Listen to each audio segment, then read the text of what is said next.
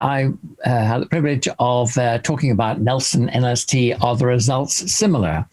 And actually, what I start off with is actually we probably should have had a different title. Now that we have two large international trials, why are we waiting to implement lung cancer screening? However, I think that we actually can say that we have two excellent trials, both of them demonstrating a mortality advantage of 20-24% in the CT arm. And it's really what it comes out of the Nelson trial that I'm going to go through, and without sort of going through slide by slide. I think the thing is that one has to appreciate that there are a couple of areas I'm going to focus on. And I think something that probably people have picked up at the initial presentation that Harry de Koning gave at the World Lung Cancer meeting is that, in fact, there may be actually a greater benefit for women. The Nelson trial didn't actually have a sufficient number of women to have that as a statistical outcome. However, the German trial demonstrated their actual benefit was actually in women. So I think it's something that we need to actually look at into a much greater detail. And it's quite possible that there are a number of reasons behind this.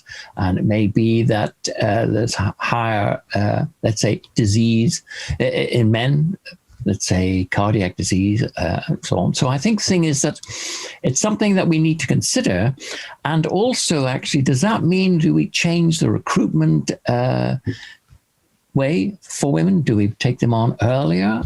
Do we identify the disease earlier? So I think it opens up a completely, let's say, new area that hadn't really been considered until Harry de Koning presented his data. The other is actually probably overdiagnosis. Now, again, overdiagnosis is a very large question, and the reasons for it.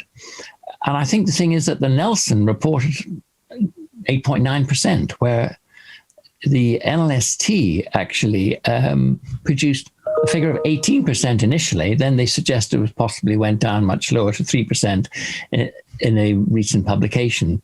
But I think what we have to consider is that there's no room for complacency in this regard. And there is a balance of what we would call overdiagnosis and mortality reduction, which will be acceptable. And that is an ongoing question, I think, that we need to consider. The other area is further investigations. The NLST actually had approximately 20% of our participants that had to undergo at least one additional scan for tumor growth or regression.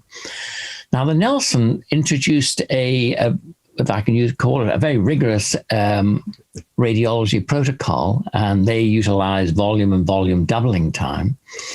And therefore, they actually probably managed to bring this figure down dramatically. So they percentages between 1.9 and 6.7% in subsequent screenings, but really overall the average was probably less than 10%.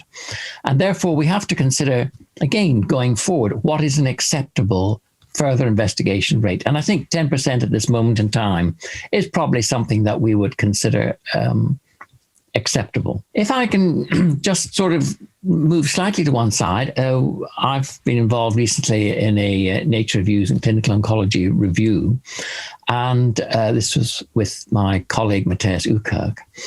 And one of the areas is actually still outstanding is cost effectiveness, and we provided a data on all of the cost effectiveness, and it really depends on what each nation considers cost effective. So it's about $100,000 in the States quality, whereas in the UK we're working around £20,000. But actually, if you look at the data, and there's about 8 or 9 publications out, we have actually demonstrated, and a lot of it is modeling, we undertook it also for the UKLS, that in fact it would appear that lung cancer will be cost effective. And I think this is a very important question that we answer in the years that are coming forward. And also looking forward, I have already said we need to just get on with implementing lung cancer screening, but there are outstanding questions. I ran a workshop at the meeting in Geneva back in 2019, from which there was a ESMO publication. And that was when we came out with a series of recommendations. But actually, we need to think of implementation research. And probably what's at the forefront of this is a New Horizon program called 4 in Lung Run. The PI for this is Harry de Koning.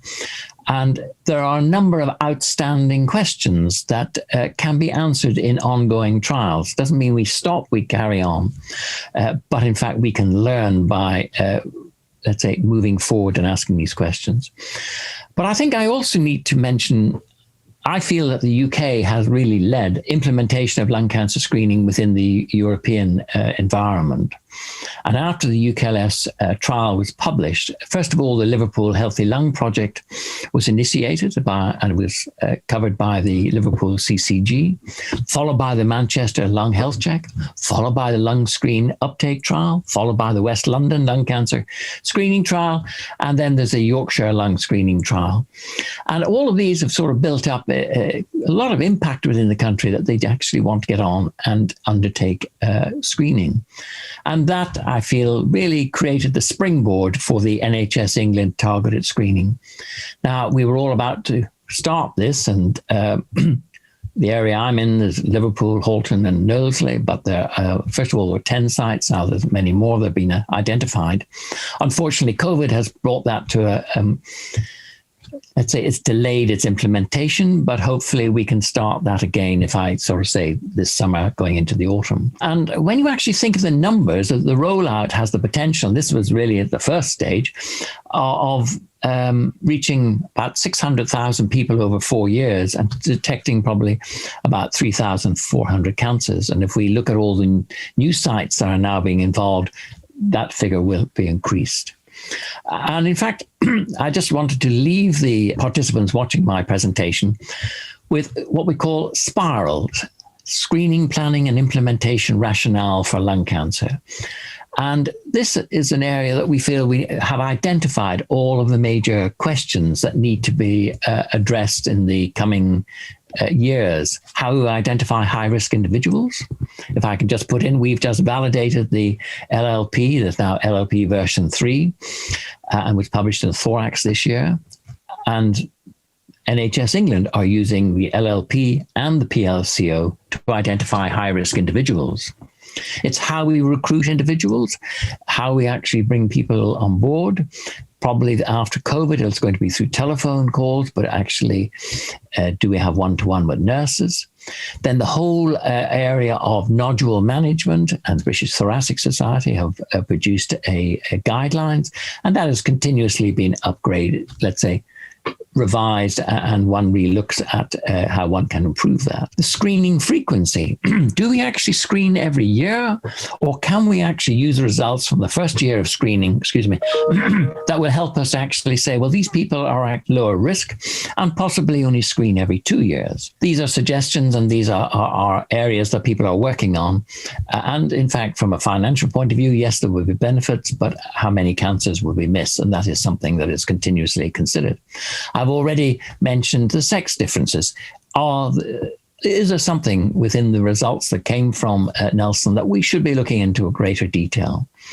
I've already mentioned cost effectiveness, and I think that will be extremely important looking across Europe to ensure that lung cancer screening is cost effective. And that is actually building the framework for the research implementation projects. So my view is, yes, we have sufficient information. We can learn a great deal by taking it forward, but the sooner we actually implement lung cancer screening within Europe, the better.